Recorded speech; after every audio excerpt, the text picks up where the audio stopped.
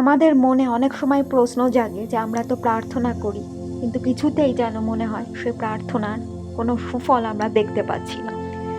এ প্রসঙ্গে জগৎজননী মা শারদার একটি অত্যন্ত সুন্দর কথা আমরা জানব। তাহলে বুঝতে পারবো যে প্রকৃত প্রার্থনা কি, বা সত্যিকারে কিভাবে প্রার্থনা করলে আপনি ফল পাবেনই পাবেন।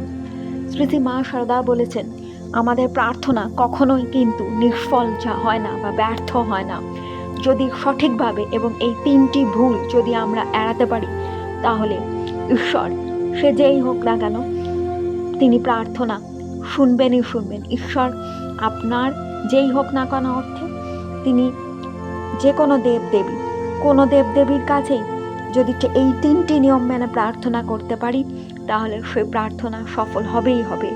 এ প্রসঙ্গে শ্রী মা যেটি বলেছেন সে অনুযায়ী আমরা বলবো যে এই তিনটি ভুল প্রার্থনা করার সময় কখনোই করবেন না। প্রথম কথা হলো, প্রার্থনা যেন প্রার্থনা থাকে, সেটি যেন কোনো অভিযোগপত্রে পরিণত না হয়।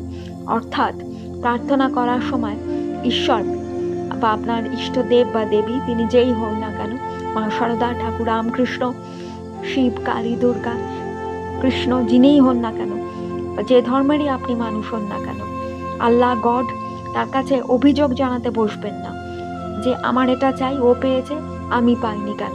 প্রথমেই আমরা যেটা করি যে অভিযোগ করি যে তুমি কেন আমাকে দিচ্ছ না, আমার এত কষ্ট হচ্ছে, তুমি কি দেখতে পাও না, ইত্যাদি বলে প্রার্থনা আরম্ভ করি। এই ভুলটি প্রথমে এড়াতে হবেই হবে, এটি মাথায় রাখবেন।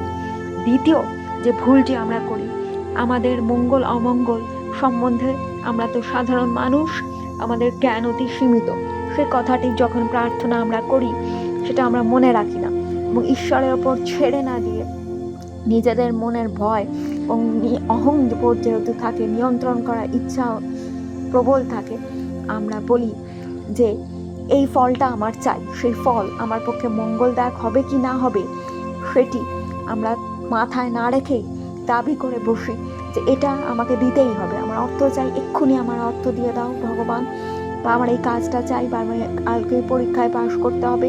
কিছু পরিশ্রম না করেই যদি ধরুন আপনি পরীক্ষায় পাশ করতে চান, তাহলে কি সেটা মঞ্জুর করা যায়? বা যে অর্থ বা যে জিনিসটি চাইলে আপনার কল্যাণ হবে না, সেটি কি আপনাকে ঈশ্বর মঞ্জুর করবেন? কখনোই না। যখন সেটি মঞ্জুর হয় না, তখন আমরা ভগবানের অস্তিত্ব সম্বন্ধে সংশয় হয়ে পড়ি, আমাদের জীবনে আরও হতাশা বেড়ে যায়। তো এই 2 নম্বর ভুলটি প্রার্থনা করার সময় কখনোই করবেন না। এবং তৃতীয় যে এবং সবচেয়ে গুরুত্বপূর্ণ যেটি আমরা ভুল বলুন আর যাই বলুন আমরা করে থাকি প্রার্থনা করার সময়, সেটি হলো আমাদের ধৈর্য বড়ই অল্প। আমরা এখনই প্রার্থনা করলাম, 1 মিনিটে, 2 মিনিটে, 1 সেকেন্ডে ফল পেলে তো খুবই ভালো হয়, আমরা এক্ষুনি রেজাল্টস বা ফলের আশা করে প্রার্থনাটা করতে বসি। কিন্তু কখনো কখনো ঈশ্বর তার কার্য তো বোঝা আমাদের মতো সাধারণ মানুষের পক্ষে সম্ভব নয়। হয়তো আমরা যেটা চাইছি সেটার জন্য আমরা প্রস্তুতি নই, বা এক্ষুনি দিয়ে দিলে সেটা আমাদের পক্ষে হানিকারক বা ক্ষতিকারক হবে, তাই একটু দেরিতে ফল আসে। কিন্তু আমরা ধৈর্য হারিয়ে ফেলি এবং ঈশ্বরকে এবং পারিপার্শ্বিককে এবং লোকজনকে আমরা দোষারোপ আরম্ভ করে দিই। তাহলে যখনই প্রার্থনা করব এই 3টা ভুল যেন আমরা না করি। প্রথম কথা হলো যে আমরা যেন অধৈর্য না হয়ে পড়ি, আমরা ফলটি যেন নির্ধারণ না করে দিই, এবং প্রার্থনা যেন প্রার্থনার মতোই থাকে, সেটি যেন অভিযোগপত্র না হয়ে ওঠে। সব থেকে যে 3টি কথার মধ্যে গুরুত্বপূর্ণ হলো ধৈর্য রাখা। শ্রী মা শারদা সর্বদাই বলেছেন সহ্যের সমান গুণ নেই, এবং ধৈর্য রাখতেই হবে। জগৎজননী মা এটি আমাদের শিখিয়ে গেছেন, যা আজও প্রাসঙ্গিক। যদি প্রার্থনা সার্থক করতে হয়, মনে রাখতে হবে ফল এক্ষুনি নাও আসতে পারে। ভগবানের ঠিক জানা আছে কোন সময় আমরা প্রস্তুত হব আমাদের কাঙ্ক্ষিত ফল লাভ করার জন্য। যদি আমাদের শরীর মন যে ফলটা আমরা চাইছি সেটি নিতে প্রস্তুত না হয়, তাহলে কিন্তু ফল আসতে দেরি হবে। কিন্তু আসতে দেরি হওয়া মানে সেটি আর জীবনে ঘটবে না, আমি হতাশায় ডুবে গেলাম, ঈশ্বরকে দোষারোপ করলাম, পারিপার্শ্বিককে দোষারোপ করলাম, এটা কখনোই করবেন না। দেরি মানেই না, এটি ধরে নেবেন না। দেরি মানে নট ইকুয়াল টু না। এই 3টি কথা মাথায় রেখে প্রার্থনা করতে বসুন।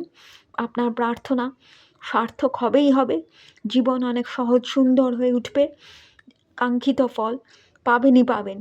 শুধু একটু ধৈর্য ধরুন এবং একটু শরণাগত হন। নিয়ন্ত্রণটা ঈশ্বরের ওপর ছেড়ে দিন, ভার মায়ের ওপর